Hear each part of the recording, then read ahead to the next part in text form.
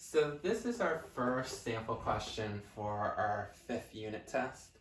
And it's going to say identify the restrictive values. And I already told you that restrictive values just mean think of what values for x you're not allowed in this problem. And we told you things that were not allowed would be any value that would make the denominator become 0 or undefined.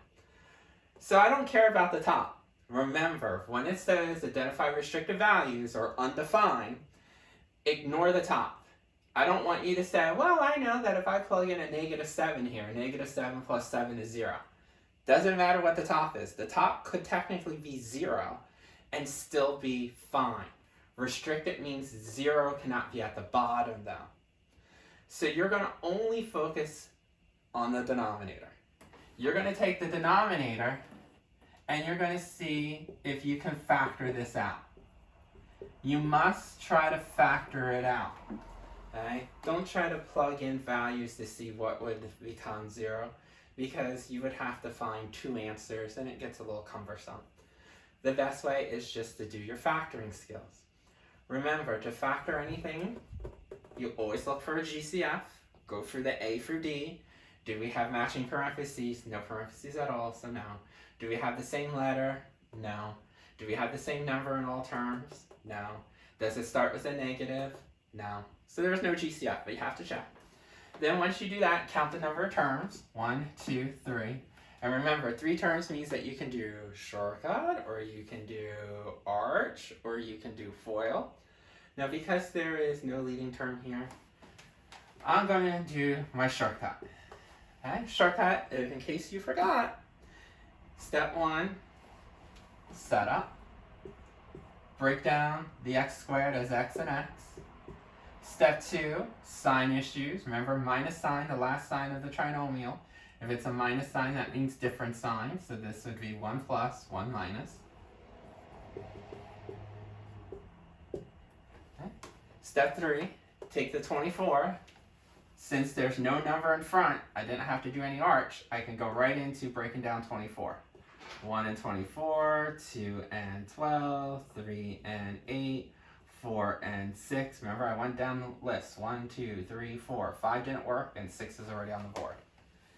Then once I did my combo list to get me all my numbers for 24, remember, in step 4, since it's a minus sign, we need to subtract this list. So when I subtract this list, notice each and every combo gives you a different total. So we're trying to find one of these totals that matches the middle. Since the middle coefficient is 10, notice we get a 10 here. Then step 5 is choose a combo, and that's it. 2 and 12. I'm not going to do 1 and 24, 3 and 8, or 4 and 6. It's just 2 and 12. And then our final step, step 6, is placement. Remember, I need to get a plus 10. So the bigger number will have to get the plus. So bigger number here is 12. 12 have to go with the plus. That means the 2 will go here. So now we're done factoring. So step 1 was factor out the denominator, and then step 2 was any GCF, nah, I don't have any, and any factors that are binomials, set them equal to 0. So x plus 12, this parentheses, equals 0, and then x minus 2, this set of parentheses, equals 0. Move the 12 over, and we get x equals -12. Move the 2 over here, and we get x equals 2. Notice we get 2 answers because it was squared. If I plug in a 2 in the denominator, be careful, 2 squared is 4. 2 in here is 20. 4 plus 20 is 24. Minus 24, hey, you get a 0. 9 divided by 0 is undefined. Or if you plug in a -12 here, it's going to be a little crazy. -12 times -12 is a positive 144. -12 here would be -120.